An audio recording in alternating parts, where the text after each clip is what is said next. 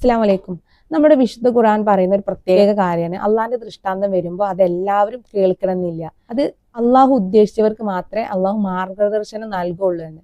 അഥവാ യഥാർത്ഥ സത്യങ്ങൾ വരുന്ന സമയത്ത് നിഷേധിക്കുന്ന ആളുകളിലേക്ക് വരികയാണെന്നുണ്ടെങ്കിൽ അവർക്ക് അത് വിശ്വസിക്കാനോ അംഗീകരിക്കാനോ കഴിയണമെന്നില്ല. കാരണം അവരുടെ ഹൃദയങ്ങളും കണ്ണും കാതൊക്കെ ലോക്ക് ചെയ്തിട്ടുണ്ടാവും. അള്ളാന്റെ ദൃഷ്ടാന്തങ്ങളെ നിഷേധിച്ച ആളുകളായിരിക്കും അവർക്ക് സത്യങ്ങൾ വെളിപ്പെടുത്തി കൊടുക്കുമ്പോൾ അത് മനസ്സിലാക്കാൻ അവർക്ക് കഴിയൂല. അപ്പൊ നമുക്ക് ആദ്യം എന്ത് വേണം? വിശ്വാസം വേണം. ഈ വിശ്വാസം ഉള്ളവരിലേക്ക് സത്യങ്ങൾ വന്നെത്തുള്ളൂ എന്ന് വിശുദ്ധ ഖുർആൻ പറയുന്നുണ്ട്. അതിനുള്ള തെളിവ് നമ്മൾ പറഞ്ഞിട്ടുണ്ട്.